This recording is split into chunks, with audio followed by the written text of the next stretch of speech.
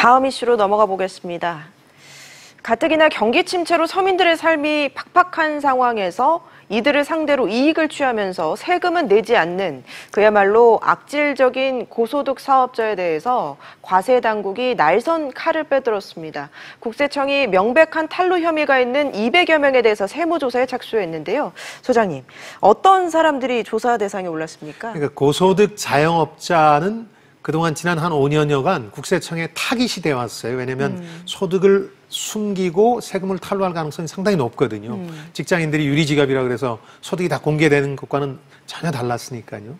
근데 그래서 5년간 5,452명 조사해서 3조 8천억 원 정도의 이제 징세를 한 이 전력을 국세청이 스스로 홍보하고 있을 정도로 그동안 타깃이 되어 왔는데 올해 특징은 단순한 고소득 자영업자가 아니라 어떤 최근에 그 서민 생활, 삶의 질에 대한 어떤 정부 정책과 맞물려서 서민 생활 밀접 관련자 고소득 자영업자 조금 어렵죠. 그러니까 이제 서민들을 대상으로 민생 침해 사업자들을 찾아내는 겁니다. 서민들을 대상으로 돈벌이를 하고 그 소득을 숨겨서 탈루를 하고 있는 게 분명해 보이는 사람들을 찾겠다 이런 거였습니다. 그러니까 불공정 계약이라든가 불법 행위로 세금을 탈루한 혐의가 짙은 200여 명에 대한 세무조사를 진행하고 있는 건데요. 8개 유형을 공개를 했는데 뭐 다 소개해드리긴 그렇고 어떤 사례가 서너 가지만 좀 있었을까요? 소개를 해드리면 예를 들어 서민을 상대로 해서 그 24% 이상은 불법 아닙니까? 고리대금업을 하는 대부업자들. 그렇죠. 이건 이제 불법이니까 당연히 문제가 되는 경우겠고요. 학원들 가운데는 이제 카드를 받지 않는다든지 차명 계좌로 현금을 입금하게 한다든지 하는 경우도 있고 또 뭐 교재를 강매해서 비싼 값에 학원에 다니려면 비싼 교재를 사야 된다. 이런 식으로 하는 경우도 있었고요. 농수산물 유통 같은 경우에 서민 물가에 직접적인 피해를 농수산물 이 농가들이라든가 소비자들이 보게 되지 않습니까? 이런 분들을 포함해서 8개 유형을 골랐는데 특징은 고소득 자영업자로 소득을 숨기고 있는 것이 분명해 보이는 것뿐만 아니라 그 고소득이 대부분 서민들한테서 서민들 호주머니에서 나왔다. 이런 분들을 대상으로 하고 있다는 점에서 지난 5년간 그 고소득 자영업자를 대상으로 한 세무조사와도 또 다른 차원의 고강도 세무조사라고 하겠습니다. 국세청 직원이 이제 현장 세무조사에 나갔더니 뭐 집이나 회사에 이렇게 현금 뭉치를 잔뜩 쌓아뒀다가 이렇게 걸리는 경우가 많았다고 하더라고요. 부럽죠. 그러니까 사실은 소득을 숨기고 그 세금을 탈루하는데 가장 큰 무기는 두 가지입니다. 현금이고요. 하나는 현금은 추적이 그렇게 쉽지는 않으니까요. 또 하나는 차명 계좌거든요. 이 두 가지를 이용해서 이 대부분의 사람들이 불공정 거래라든가 불법 거래를 숨겨오는 거예요. 예를 들어서 학원이 카드를 받지 않고 현금으로 학부모들한테 다급한 마음에 학원 그야말로 요즘 잘한다는 학원에 부모 입장에서 맡기고 싶지 않겠습니까? 그렇죠. 돈을 내라는 조건대로 내는 거죠. 그러면 차명 계좌에 현금을 집어넣든지 아니면 아예 현금을 집이나 이런 데 숨겨놓는 건데 이 현장 발각이 되는데 아마 발각 못한 게 발각한 것보다는 훨씬 더 많겠죠. 그래서 이런 부분들에 대해서 현금과 차명 계좌에 대해서 어떻게 봉쇄할 것이냐 이런 게 구조적으로는 문제가 될 텐데요. 이게 또 한번 뭐 경찰 피하고자 하는 도둑 잡으려면 경찰이 한 명 잡는데 10명 필요하다는 얘기처럼 참 어려운 것 같아요. 현금이라는 건 현장을 적발하기 전에는 알 수가 없는 거니까요. 그리고 차명 계좌도 상대의 동의가 있으면 동의가 없으면 나중에 법적 문제가 되겠습니다만 이제 어떻게 찾아낼 수가 없으니까 이런 부분들에 대해서 이제 국세청이 어떤 일종의 그 타겟으로서 손을 보고 있다 이렇게 봐야 되겠죠.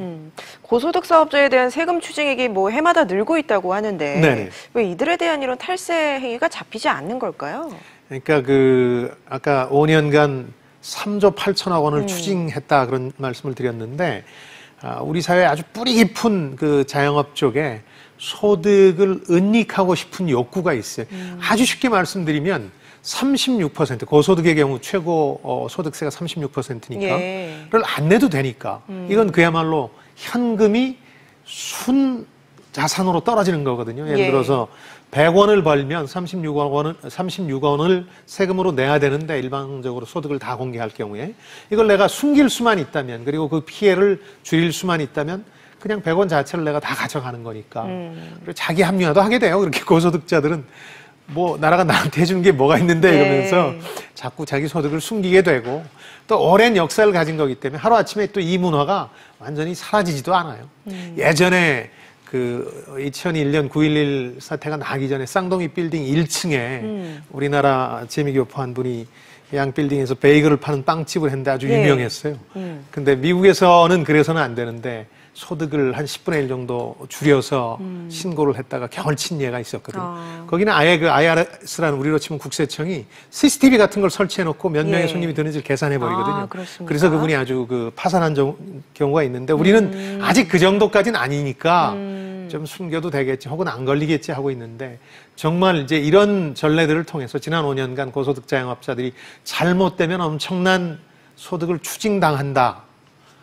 이런 그리고 처벌도 엄청나다 하는 이제 경각심을 갖게 되면 조금씩 나아지겠죠. 예, 국세청이 이번엔 좀 조사 강도를 높인다고 하는데 네. 조사 대상자 본인뿐만 아니라 가족이라든지 이렇게 좀 관련된 사람들의 재산 형성 과정도 들여다본다고 하네요. 그동안 이제 고소득 자영업자 이렇게 뒤질 때 가장 큰 문제가 됐던 게 차명 계좌라고 아까 말씀드렸잖아요. 예. 가족이나 뭐 심지어는 사돈의 팔촌까지 동원해서 그 계좌를 활용하기 때문에 이 재산 형성 과정을 꼼꼼히 들여다보지 않으면 되게 이제 빠져나갈 수 있었어요. 국세청의 그물에서. 예. 그러다 보니까 이번에는 친인척들의 계좌나 재산 형성까지 다 들여다보겠다. 예를 들어서 특별한 소득이 없는 뭐 학생인데 엄청난 규모의 계좌를 가지고 있다 그러면 그건 차명 계좌로 활용했다고 볼 수 있는 거 아니겠습니까? 예. 그래서 그런 것들을 뒤지겠다는 거기 때문에요.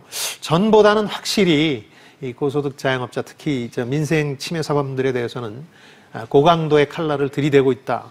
이렇게 볼 수 있겠습니다. 예, 앞서 저희가 이제 부동산 대책 짚어보기도 했지만 그 연장선상에서 어제 국세청이 다주택자 또 뭐 임대소득으로 많이 버는 사람들에 대해서도 세무조사를 한다고 하더라고요. 논란은 있는데 네. 국세청이 최근에 세무조사를 많이 꺼내들고 있거든요. 부동산 대책의 일환으로 아까 말씀해 주신 것처럼 1,500명 정도 이 소득 탈루 의혹이 있는 임대소득 같은 걸 숨기는 예. 집이 여러 채 있는데 그 소득이 상식적으로 이해가 안 되는 사람들 이런 사람들을 이제 세무조사 사실은 이제 그 세무조사라는 표현보다는 신고 검증이 정확한 표현인데 세무조사에 준하는 거라고 보시면 되겠습니다. 이런 걸 이제 시행한다는 거고요. 기억하시겠습니다만 소상공인과 자영업자에 대한 대책으로는 세무조사를 면제해준다는 것도 있었잖아요. 예. 고소득이 아니라 어려움을 겪고 있는 분들 지금 548만 명의 자영업자들 가운데 한 0.09% 정도, 한 5천 건 정도가 매년 세무조사를 한다고 그래요. 이렇게 랜덤 샘플링을 해서 임의로 뽑아서. 근데 이제 이걸 면제해준다는 것도 카드로 쓰고 있습니다. 심리적 부담을 좀 덜어주겠다 그런 얘기인데. 그러니까 어디는 칼날을 들이대고 어떤 데는 칼 걷어들여서 이제 세무조사라는 걸 여러 가지 쌓인 그동안의 어떤 문제들에 대해서 활용하는 건데 여기에 대해서는 또 논란이 있을 수 있습니다. 예. 세무조사를 그렇게 막 남발하거나 혹은 정책에 활용하는 것이 과연 옳은 것이냐 뭐 독립성 문제라든가 장기적으로 이런 부분이 논란이 될 수는 있고 오늘도 일부 언론들은 그걸 사설로 이제 공격도 하고 그랬습니다만 저는 좀 어쩔 수 없는 면도 좀 있다고 생각합니다. 부동산 같은 경우에 워낙 이 도망갈 구멍이 많은 그물을 쳐놨기 때문에 그걸 막기 위해서 동원 가능한 수단은 다 동원해보자. 그리고 소상공인과 자영업자를 살리기 위해서도 역시 동원 가능한 수단을 다 동원해보자. 그런 차원에서 이해를 할 수 있으라고 봅니다. 알겠습니다.